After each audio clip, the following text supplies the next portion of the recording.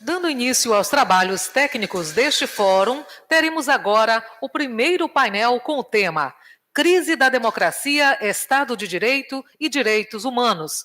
Registramos na mesa diretora dos trabalhos os excelentíssimos senhores, coordenador local da ESMAF na SJMA, juiz federal Ivo Anselmo Hearn Júnior, que presidirá a mesa.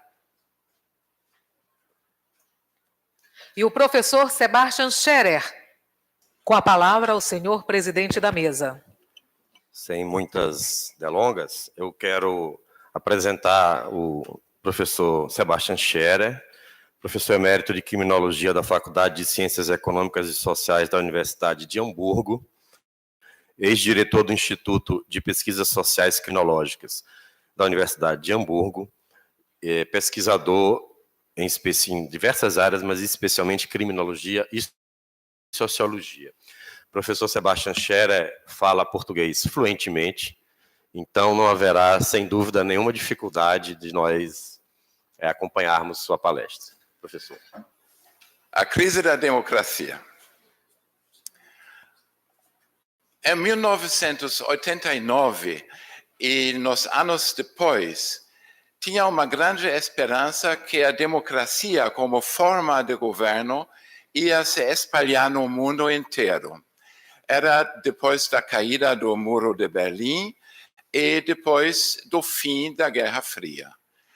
O declínio da União Soviética abriu o espaço para uma generalização dessa forma de governo. O Francis Fukuyama, politólogo dos Estados Unidos, ele declarou o fim da história no sentido de que essa concorrência entre várias formas de governo que tinha sido um acompanhante da humanidade desde os primeiros dias. Monarquia absoluta, monarquia constitucional, democracia, fascismo, comunismo. Era uma concorrência no mercado das formas de governo. E Francis Fukuyama declarou em 1992 que essa concorrência tinha chegado a um fim permanente porque não sobrou nenhuma forma de governo fora da democracia liberal. Liberal democracy tipo Estados Unidos, tipo Westminster.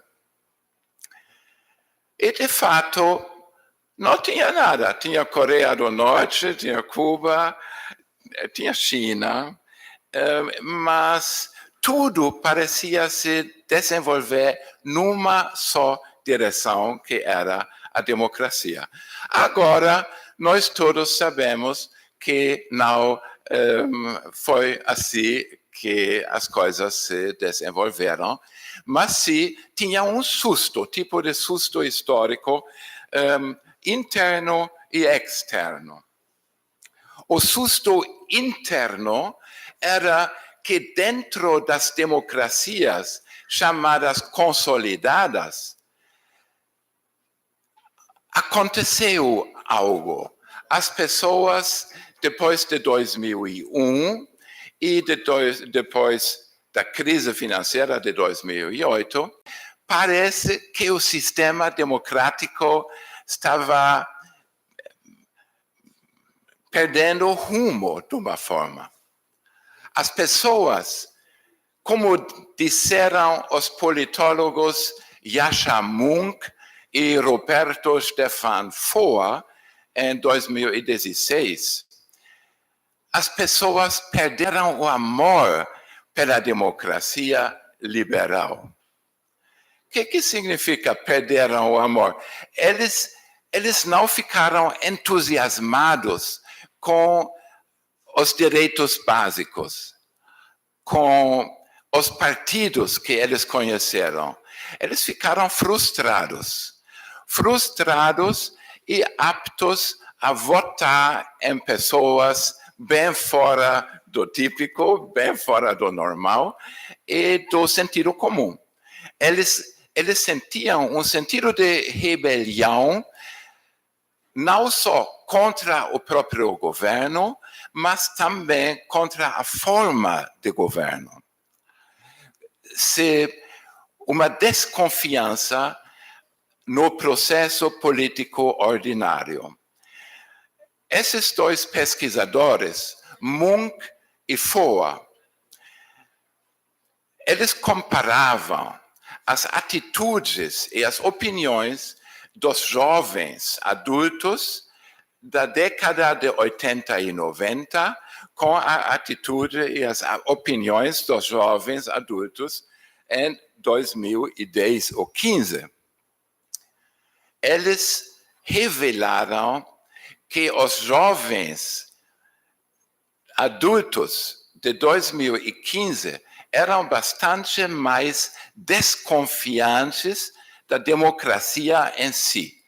Por exemplo, tinha uma questão que era, no caso de que um governo normal não cumprisse as suas funções de uma maneira boa, o que vocês acharam dos militares tomarem o governo? Faz 30 anos, os jovens adultos eram completamente contra essa ideia nos Estados Unidos, na Inglaterra, na Alemanha, em 20 países. Só em 16 falou que era uma boa ideia os militares assumirem o controle.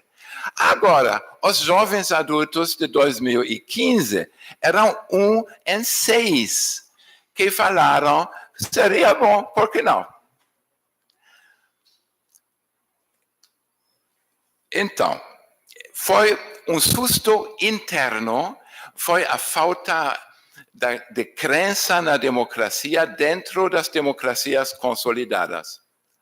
Mas também tinha uma crise da democracia externa nos países fora dos países democráticos consolidados.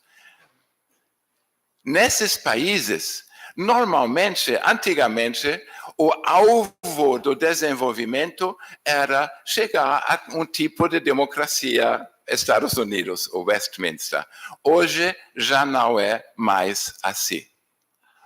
Hoje, esses países se orientam lá pela China, pela Singapura, por países que não têm exatamente um sistema democrático de governo, mas que têm êxito, sucesso econômico, e onde dá para perceber que está progredindo, né? Não importa se for democrático ou não. Então, esse duplo choque, esse duplo susto que nós levamos, que a democracia entrou em crise internamente, mas também externamente, se manifestou numa tendência a um certo populismo, a um certo autoritarismo também. Hoje em dia, a grande tendência no mundo não é a democratização, mas sim um tipo de, não sei como dizer, autoritarização. Não sei, tem que inventar algo, vocês sabem melhor do que eu. Mas, então, tem uma tendência global na direção de regimes um pouquinho mais autoritários. Esses regimes, eles não se declaram autocráticos, monarquia absoluta, não são autocracias, mas são regimes que são um pouquinho mais autoritários do que faz 20, 30 anos. Essa tendência ao autoritarismo não é necessariamente uma abolição da democracia como fachada ou como ideal, mas esse ideal está sendo colocado em questão mais abertamente, cada vez mais abertamente.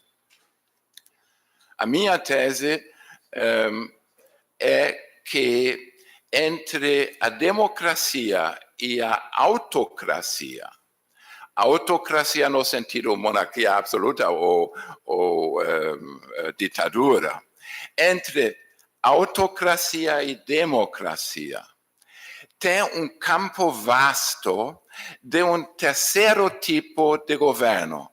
É uma forma de governo que alguns politólogos chamam de anocracia, porque tem partes de democracia, tem partes de um autoritarismo, tem aspectos anárquicos também. Quem inventou essa palavra era Martin Buber, no seu livro Caminhos no Paraíso, já faz tempo, mas não era exatamente nesse sentido que esse termo foi colocado nas ciências políticas, onde Ted Robert Gurr, em 1972, ele inventou ou reinventou esse conceito. A anocracia é uma forma de governo que não é exatamente uma democracia, mas também não é exatamente uma autocracia, né? Tem tendências de autoritarismo, mas também tem elementos de liberdade pessoal, de eleições, só que, por exemplo, típico para anocracias é que ou as regras da competição política ou a prática da competição política são um pouco tortadas. Não são completamente fair, no sentido inglês da palavra. Por exemplo, em 2017 e 2018, tinha 3 eleições marcantes. Uma eleição na Camboja, uma na Ruanda e outra no Egito.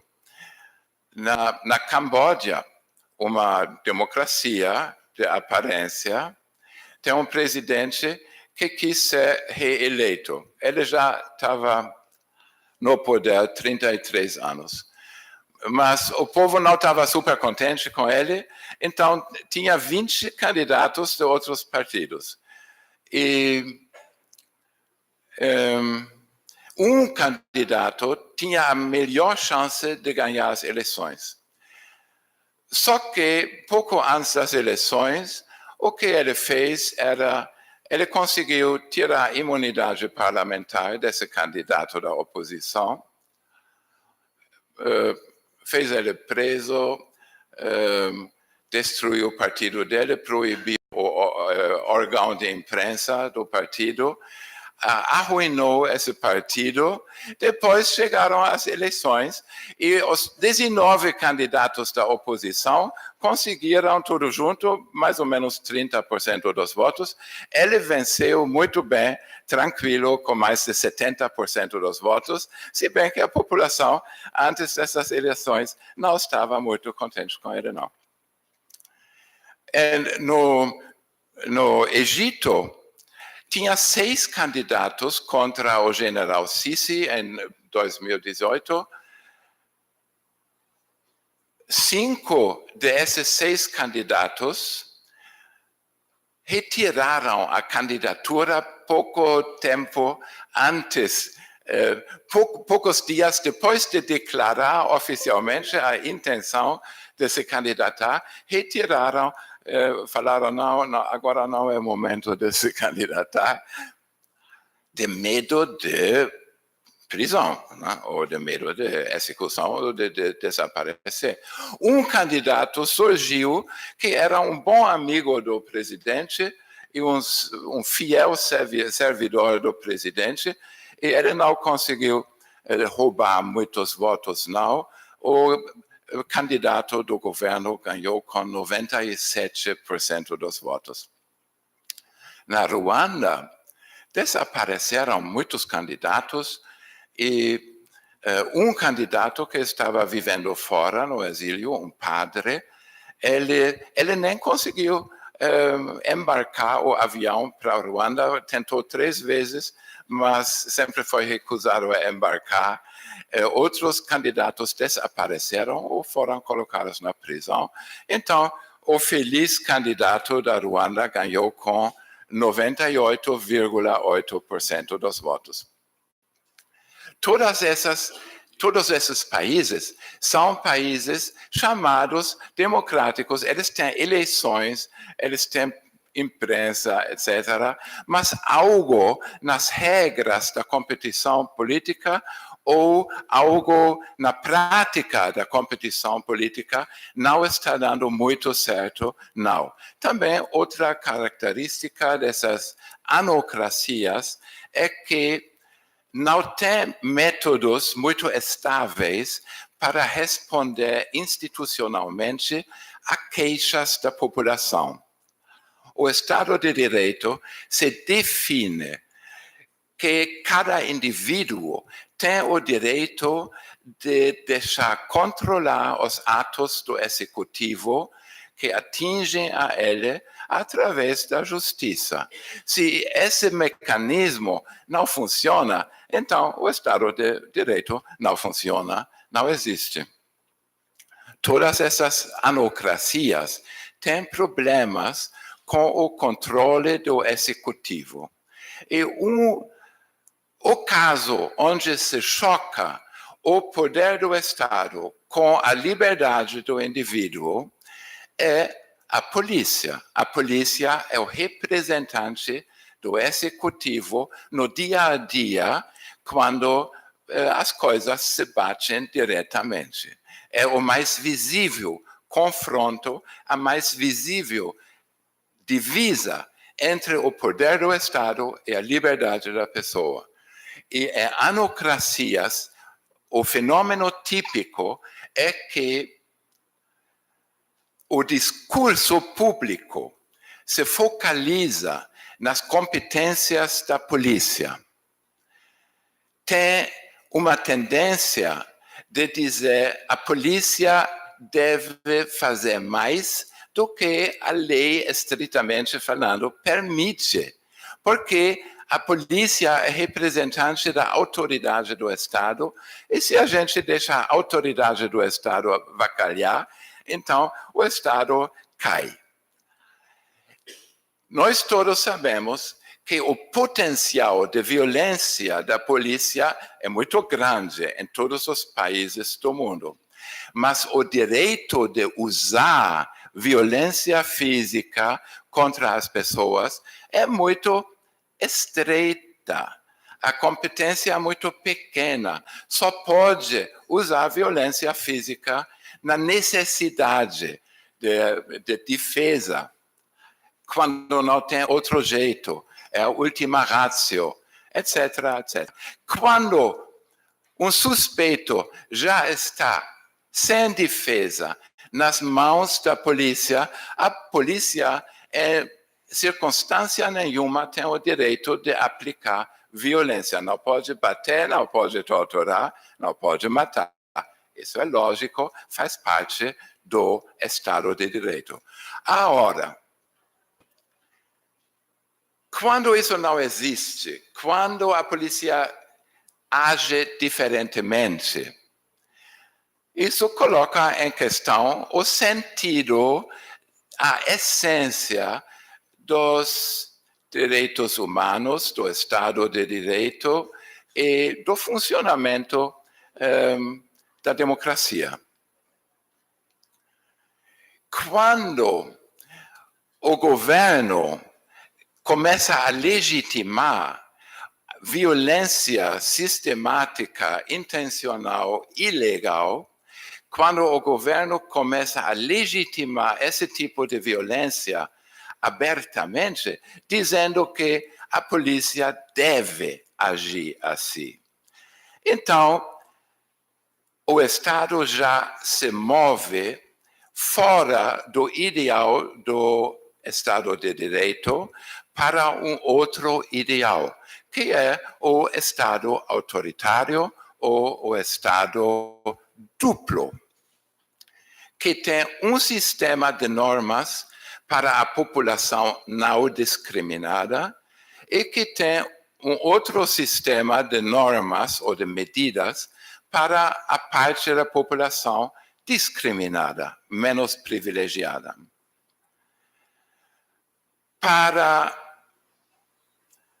os menos privilegiados, numa sociedade onde o Estado legitima o uso ilegal de violência contra sujeitos menos privilegiados, num Estado desse tipo, tem uma racha entre não só a sociedade, uma parte privilegiada, a qual se aplicam as normas e a Constituição, e uma outra parte menos privilegiada sem direitos básicos, mas também uma racha social e jurídica. É o que Ernst Fraenkel, nos anos 30, analisou como o Estado duplo. O Estado duplo tem os direitos fundamentais para os não discriminados. Parece Estado de Direito, só que não é, porque Estado de Direito só existe quando é para todos, né? Mas uma parte da sociedade vive como se vivesse num Estado de Direito, com todos os privilégios, direitos, processos para lá, para cá, mas tem outra parte sem acesso ao direito. Para eles, a polícia é o Estado. Para eles, a polícia é o soberano. É o que Giorgio Agamben chama de polícia soberana.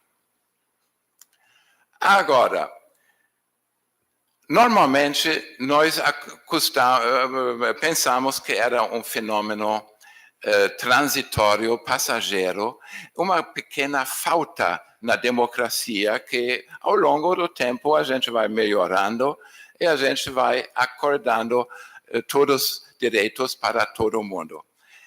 Olha, as análises da politologia de hoje em dia não dão crença para esse tipo de pensamento, que são pequenas falhas na democracia que vão melhorar com o tempo. O contrário é o caso. Por quê? Primeiro, o número das democracias está diminuindo. Hoje em dia, só 11% dos países são democracias funcionais.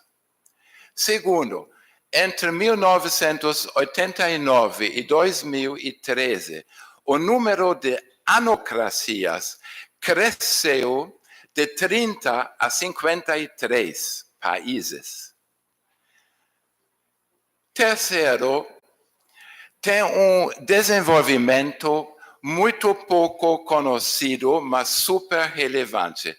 É o desenvolvimento de uma polícia transgressora oficializada. É a polícia que transgride os limites da lei na sua atuação diariamente, sistematicamente e oficialmente. Normalmente, as transgressões da polícia, no sentido de execuções extrajudiciais, normalmente isso é uma coisa de consciência pesada. É uma coisa que o Estado oficial não quer admitir e nunca ia apoiar oficialmente. Hoje em dia, nós estamos vivendo numa fase nova na história. Por quê? Em 2003, tinha uma campanha oficial de matança de criminosos na Tailândia. O chefe, o primeiro-ministro Thaksin Shinawatra de Tailândia, ele declarou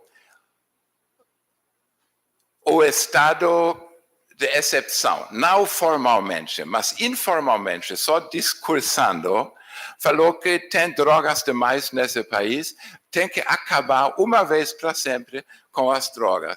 E eu vou liberar a punição, todo mundo que esteja com drogas, traficantes, etc., para 3 meses. Depois de 3 meses, ele teria liberado a Tailândia das anfetaminas, né? Era cocaína, heroína, nada. Pequenas pilas de anfetamina com cafeína ainda mais. Olha, mataram muita gente e confiscaram 23 milhões de remédios, anfetaminas, colocaram 100 mil pessoas em tratamento forçado, mas mataram muitas pessoas. Depois, tinha uma investigação, se achou que menos do que a metade dos mortos tinha algum envolvimento com drogas. Outra metade eram inimigos pessoais ou algo. O importante é que era oficializado, né? Não era, não, isso não existe, às vezes um policial faz isso, era vamos matá-los sem processo. Agora, em 2016, 30 de junho, Rodrigo Duterte, outro candidato populista das margens do sistema político, ganhou as eleições nas Filipinas, com a promessa de matar. Ele ganhou não apesar da matança, mas ele ganhou por causa da promessa de matar durante o seu mandato 100 mil criminosos e jogar os mortos na Baía de Manila para crescerem os peixinhos lá explicitamente. E foi o motivo de ele ganhar as eleições. No dia depois de ele tomar posse, a polícia se reorganizou e eles começaram a matar. Eram listas de suspeitos, eram grupos de operações especiais, 2 pessoas checaram, é verdade, é esse, sim, é esse, tem algum motivo para não matá-lo? Não tem motivo para não. Então vamos. Eles enchem uma Kombi preta, tudo vestido em uniforme preta, com um negocinho preto para cobrir a face, e à noite, 2 horas, 3, 4 horas da manhã, tiram a pessoa da casa dela e dentro de 2 minutos matam. Depois embrulham em plástico, colocam um negócio de papelão, narco ou estuprador, criminoso, drogadito, traficante, tudo isso. Um papelão dizendo narco diz que esse cadáver aqui, embrulhado em plástico, com esse papelão dizendo narco, significa que quem encontra esse corpo não precisa avisar a polícia, porque era a polícia que matou, está tudo em ordem. Não precisa começar a investigação judicial. Olha, ele também se autolimitou a 3 a 6 meses para liberar as Filipinas das drogas. Só que depois de 3 meses já ele falou, eu não sabia que eram tantas pessoas. Não são 100 mil, são 3 milhões. O repórter perguntou, você pretende matar 3 milhões? O Hitler na Alemanha, ele matou 3 milhões de judeus, errou o número, mas ele falou, eu gostaria de matar 3 milhões. Ele só, até agora, ele pediu uma amplificação do tempo. Primeiro mais 6 meses, agora ele prometeu que ele vai continuar até o fim do mandato. É muito difícil dizer quantas pessoas já morreram desse jeito. Mas Human Rights Watch está acreditando que ele não chegou muito longe, não. São uns 20 mil até agora. Ele está na metade do seu mandato, ainda falta outra metade. Não? O importante é que essa polícia transgressora, que sistematicamente transgride os limites das suas competências jurídicas, hoje em dia, ela não só age de uma forma normal, mas oficial. É o presidente que diz que vocês vão ser impunes. Quando a justiça começa a mexer com vocês, eu vou defender as suas ações, se bem que eu também sei que não é legal. O direito não permite, mas eu permito. Isso é autoritarismo, isso é anocracia pura. Mas tem dois tipos de anocracia. Tem anocracia aberta e tem anocracia fechada, etc. Eu acho que estou em perigo de exagerar, de transgredir o meu tempo, talvez. Né? Então, como eu posso terminar? Se você me permite, 2 minutos. O Yuval Harari, no seu livro Homo Deus, a gente acha em tudo que é livraria no aeroporto, mas não significa que ele não tem qualidade. Ele sabe muito bem do que ele está falando. Ele diz o seguinte: a democracia liberal tem umas precondições sociais que ela em si não pode garantir. Como disse o Ernst Wolfgang Böckenförde, na Alemanha, o Estado Democrático de Direito vive de precondições sociais que o Estado e o sistema jurídico não pode providenciar. Tem que existir uma certa coerência social.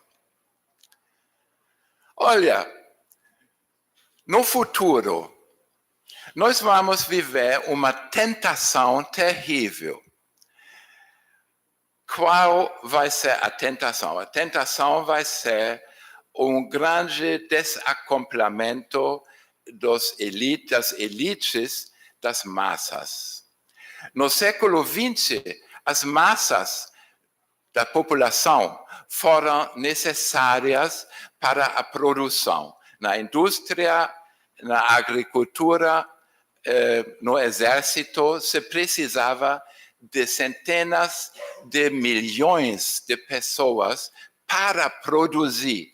Hoje em dia, na idade da digitalização, o mercado de trabalho está diminuindo.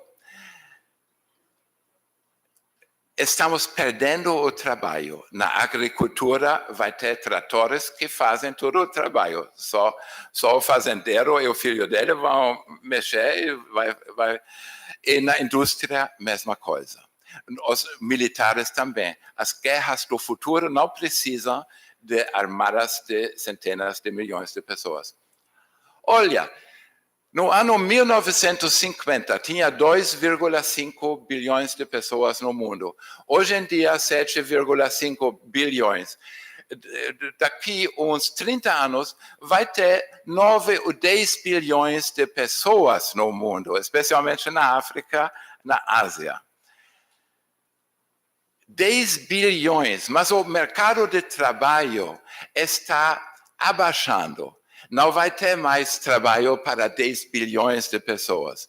Vai ter 7 ou 8 bilhões de pessoas sem emprego, provavelmente sem educação, sem muita nutrição, sem plano de saúde, porque não vale investir neles, porque economicamente eles são inúteis. A grande tentação é que esse tipo de coisa nas Filipinas, na Tailândia, é um modelo para a sociedade do futuro, quando tem massas inúteis, uma elite super boa, super rica, com plano de saúde e tudo, educação em Harvard, mas não vai ter a base para o Estado liberal democrático.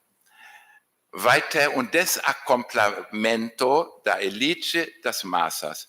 Isso é a grande tentação do futuro, que as elites dizem bye-bye para as massas, e eles usam a polícia transgressora para dominar o resto da população. Se a gente não toma muito cuidado, pode acabar meio mal. Muito obrigado pela sua paciência.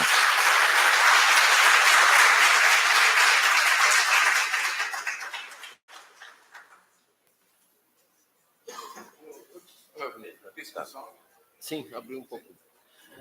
Bem, muito obrigado, professor Sebastian Scherer, que nos fez, além de um panorama histórico da democracia liberal e de sua crise, nos aponta para o risco desse sistema que nós considerávamos tão vigoroso, esse risco que está diante dos nossos olhos nas últimas décadas, e que no final da fala ele fez um link, uma ligação que eu considero muito importante, professor, do sistema econômico, da crise, das mudanças do sistema econômico com o sistema político.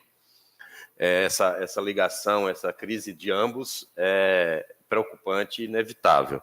O que nos leva a, não só como indivíduos, mas principalmente como membros de instituições importantes do Estado, ao dever de ficarmos extremamente alertas para que, como ouvimos na palestra do professor Scherer, que os discursos e a retórica de ódio e de violência não são apenas meros discursos vazios, eles são, de fato, extremamente perigosos. E esses discursos, a experiência histórica nos mostra, no Brasil, na Alemanha, em outros países que passaram por regimes totalitários, nos mostra que os discursos aos quais não damos importância é que irão fermentar e permitir que, infelizmente, regimes de exceção surjam. Então, o Brasil vive isso, outras democracias, a considerada, como os Estados Unidos, também vive esse momento em que o discurso de ódio, a retórica da violência se espraia na sociedade, e nosso dever é ficarmos alertas. Nós estamos um pouco atrasados, mas há espaço para que nós possamos ouvir perguntas, questionamentos da plateia. Por favor, quem tiver alguma manifestação por escrito ou oral, ou podemos conversar também no intervalo, mas quem tiver alguma manifestação, por favor. Professor, se está 53 democracias, eu aniversaria no meio dela, se só ali que a gente está preenchendo aí os... Bom dia a todos. A indagar o professor se, nesse incremento de democracias no mundo aí, se o senhor tem uma avaliação acerca do Brasil, como é que nós estaríamos nos distanciando ou nos aproximando de uma delas? Olha, vocês todos sabem mais do Brasil do que eu.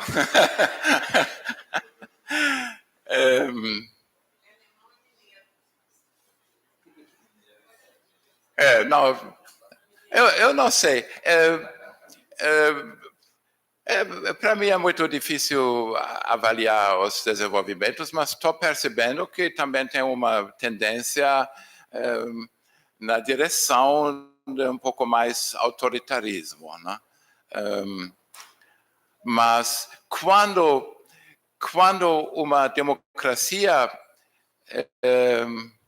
acaba e quando começa uma anocracia, isso é uma questão muito complicada dos indicadores do levantamento, etc., etc. Eu não posso responder essa questão onde exatamente o Brasil está hoje nesse contínuo entre democracias e anocracias e autocracias. Mas é evidente que mundialmente tem uma tendência na direção das anocracias, que mantém o sistema institucional que mantém procedimentos democráticos, mas no fundo, no conteúdo de tudo, tem alguma mudança que distorta, que torta as coisas, que fazem que não são exatamente como deveriam. Né?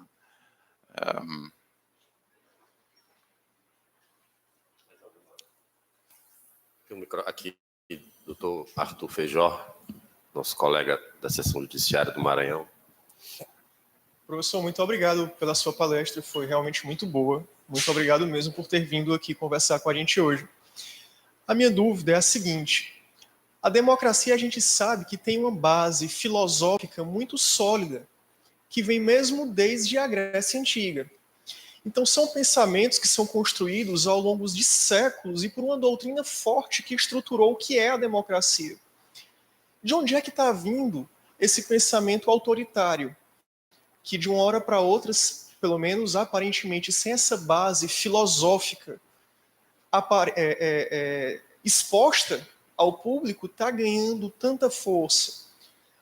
Se fala da questão econômica, mas há algo relacionado com a questão sociocultural ou filosófica por trás disso? Tem algum apontamento nesse sentido?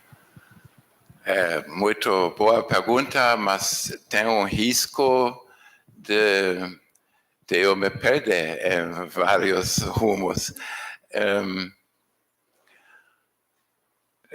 Não é que o autoritarismo não tenha uma base filosófica. Pode ser um autoritarismo disfarçado que diz que o nosso sistema autoritário não é antidemocrático, é a democracia verdadeira. O Rousseau, com a ideia dele da volonté geral, tem outro pensamento do que o Locke, e diz que tem que ter um conceito do povo, o que o povo quer vai se materializar na expressão autoritária dos que são o povo, da volonté geral. A China, o Partido Comunista da China, diz que nós somos o povo. É o conceito do povo. Os uigures, lá da província Xinjiang, eles não pertencem. Eles têm 1 milhão de uigures que estão em campos de concentração hoje em dia, mas não é considerado um problema de direitos fundamentais, porque os direitos fundamentais só aplicam aos que são parte do povo. E quando você não é parte do povo, você não merece. Olha, na Grécia Antiga, em Atenas, é o berço da democracia, mas mulher votou, não. E escravo votou, também não. E escravidão tinha, sim. Então, era o berço da democracia com escravidão, com discriminação de mulheres. Hoje em dia a gente ia dizer, que tipo de democracia é essa? Mas foi uma democracia muito mais democrática que Esparta, no sul do Peloponês, onde tinha uma mistura entre monarquia e autoritarismo ou democracia. E eles tiveram 7 vezes mais ilotas, sem direito nenhum, escravos do Estado, do que os próprios moradores da Esparta. Também, olha, para mim, a grande tentação para o futuro é uma nova Esparta, porque o relacionamento numérico entre as elites e os marginais vai ser mais ou menos como na Esparta. Tinha um espartano e tinha uns 7 ilotas sem direito. E funcionou bem. Vocês sabem que Esparta perdurou quase 1000 anos, de 800 a.C. até 146 depois de Cristo, sem uma única revolta dos menos privilegiados. Não tinha nem uma revolta dos ilotas contra Esparta. Era um sistema de domínio das elites perfeito. Também a polícia de Esparta chamava cripteia, porque era agindo à noite e fazendo o quê? Eles esconderam no campo onde moravam os ilotas e de noite entravam nas casas dos escravos, mataram os mais fortes para tirar as cabeças de uma possível revolta. Era um assassinato que também era contra a lei de Esparta. Mas Esparta achou o truque de declarar guerra às ilotas anualmente. Assim, a gente falou, estamos em guerra, podemos fazer isso. Mas era um truque para acalmar os deuses que poderiam ficar com raiva quando eles percebem esse tipo de assassinato. Então, eles inventaram esse método de oficializar o assassinato dos potenciais líderes de uma revolta dos menos privilegiados.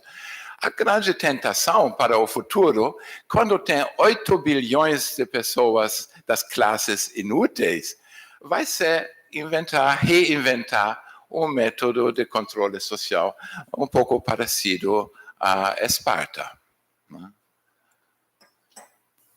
Tem mais uma inscrição, 2, 3. E aí eu vou encerrar nessas 3 para que nós possamos avançar. Professor Igor, na ordem de solicitação. Bom dia, professor Scherer. Bom dia a todos e a todas. Professor, às vésperas da eleição brasileira do ano passado, a Datafolha, o Instituto Datafolha, publicou uma pesquisa de opinião que dizia que, para a população brasileira, a democracia ainda era a melhor forma de governo em 70%.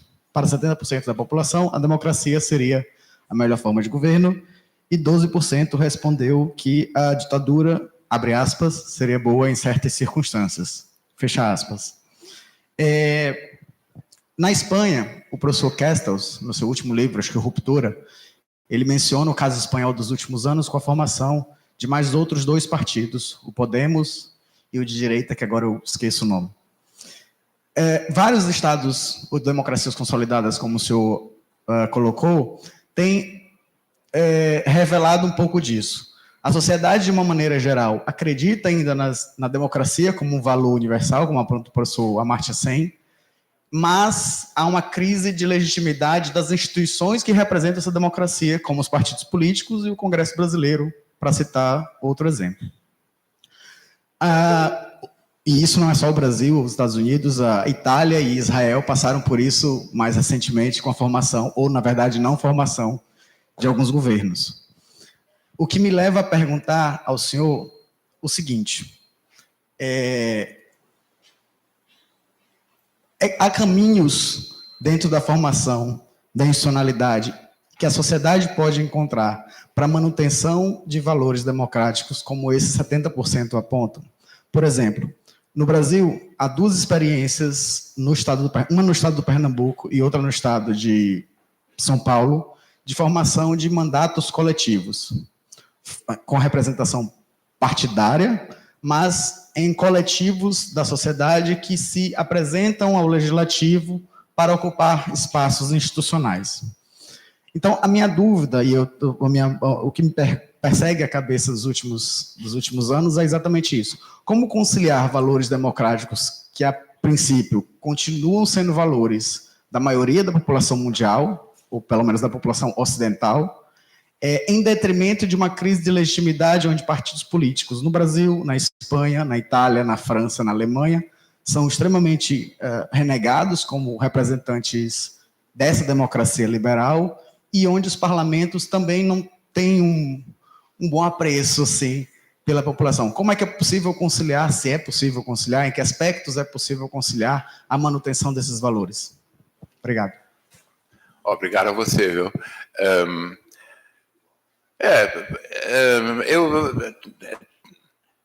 Se a democracia, a princípio, ainda é a forma preferida nos países ocidentais, mas as pessoas ficam infelizes com as instituições, então tem que realmente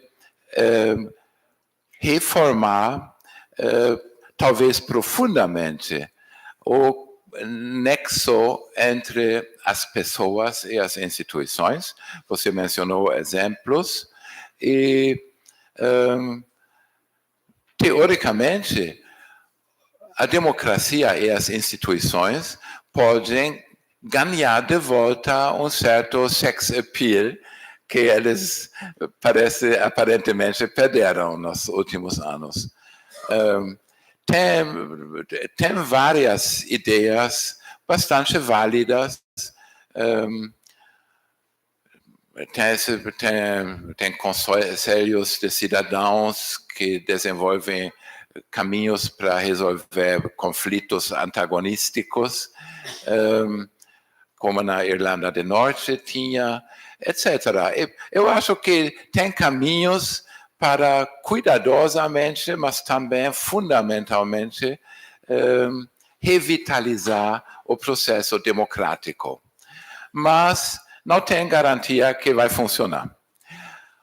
Outra coisa que me está preocupando hoje em dia são as sociedades não ocidentais.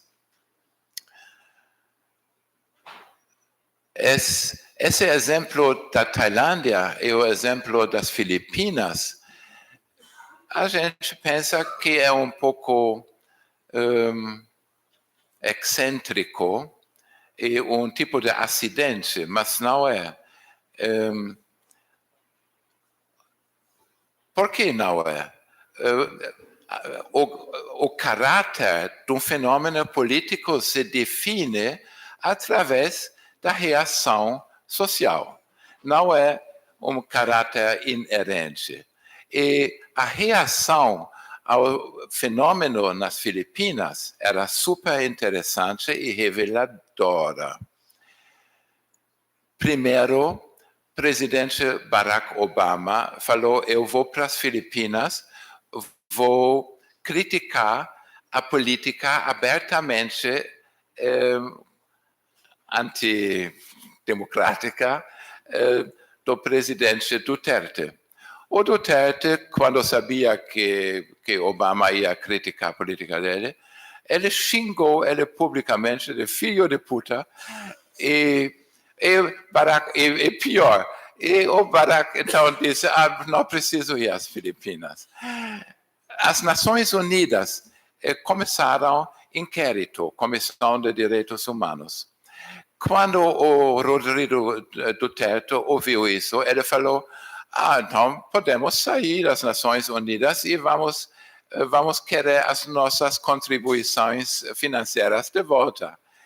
Quando a Corte Internacional Penal começou investigações contra o governo das Filipinas, ele tirou as Filipinas da assinatura do Estatuto de Roma. Então, saiu da Corte. Mas o sultão de Brunei falou: eu gosto da política dele. A Índia, 1,3 bilhão habitantes, falou: é nada mal o que faz o Duterte. Indonésia, 260 milhões de habitantes, falaram: é genial, vamos também copiar esta política. E tinha um chefe de polícia na Indonésia que falou: a vida de traficante é sem valor. E o chefe da polícia falou: agora eu vou inaugurar uma nova política das drogas, chama matar os traficantes. E tinha outra proposta de, em vez de colocar esse pessoal nas prisões, vamos colocar eles nas ilhas desabitadas. Nós temos 3 milhões de ilhas desabitadas e lá tem guarda que não custa nem um tostão, que são as piranhas e os leões, os tigres e as serpentes venenosas, e todos eles vão cuidar sem custar nada da segurança deles. Então, essas são fantasias, e o problema é o seguinte: uma população frustrada e já desacoplada, ela tira uma certa esperança da direção da agressividade contra minorias. Eles pensam, se a gente se livra dessas minorias, talvez para a gente seria bom. É uma coisa trágica. Mas a política de Duterte nas Filipinas tem apoio popular como nunca tinha nenhum presidente das Filipinas. Ele começou com 70% de apoio popular nas pesquisas. Depois de começar essa campanha sangrenta, chegou até 91% de aprovação popular. 91% não tem uma Angela Merkel na vida. Ela tem uns 50%, às vezes 30%, etc. 91% nas pesquisas. É uma coisa incrível. E ele tem essas 91% por causa da política dele. E a China, 1,4 bilhões de habitantes, falou que nós estamos ao seu lado com a sua política. Que direitos humanos? Tem que defender a sociedade. E nós vamos até financiar a sua campanha, nós temos muito dinheiro, e nós vamos defender a sua posição contra as Nações Unidas. E quando tem alguma votação, nós vamos votar com as Filipinas contra os direitos humanos, né? Isso está acontecendo hoje em dia, ninguém está percebendo muito, mas na Ásia toda, ele tem o apoio de muitos governos, de muitos países. O presidente de Sri Lanka falou que eu sou ao seu lado, você é o modelo para o mundo e eu tenho o sentimento pessoal que eu tenho que seguir nos seus passos que você está dando. E eles estão. E Bangladesh também. São povos grandes, de milhões e milhões e milhões de habitantes, governos que não dão atenção para direitos ocidentais, dizem, a gente é diferente, nós temos outra ideia, né? A última pergunta, desembargadora Simone. Mas já... não, a outra pessoa também desistiu. Posso? Sim. Eu queria cumprimentar o professor Sebastião, dizer que eu fiquei encantada com a sua fala. E o senhor, com essa gentileza, com essa simpatia, nos trouxe um cenário absolutamente aterrador. Estamos todos apavorados aqui. E, apesar de não ter se referido ao Brasil, nos trouxe alguns exemplos de episódios que aconteceram em outros países, como, por exemplo, adotar determinadas medidas para neutralizar um candidato que pudesse impedir determinado projeto de poder, ou a questão dessas medidas de assassinato de pessoas indesejadas, que nós temos vivido aqui, sim. Nós temos vivido aqui, infelizmente, recentemente, acabou de ser rejeitada na Câmara dos Deputados, não sei como vai ficar isso no final, um projeto em que se legitima uma ação violenta policial contra as populações de periferia, no país inteiro, no Rio em especial. Houve uma campanha muito grande pela rejeição desse projeto, porque por trás dele estava uma fala do presidente da República de que esses policiais não podem ser punidos por agirem de forma exemplar quando eles matam pessoas. Tem várias falas muito contundentes do presidente da República. É só que a gente tem esperança de que isso seja apenas um momento que o Brasil está vivendo e que logo resgataremos uma racionalidade democrática, retomaremos um projeto civilizatório aqui, e com essa fala do senhor eu fiquei mais apavorada ainda.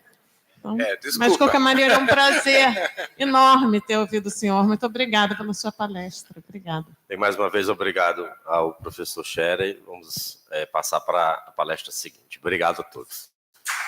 Obrigado.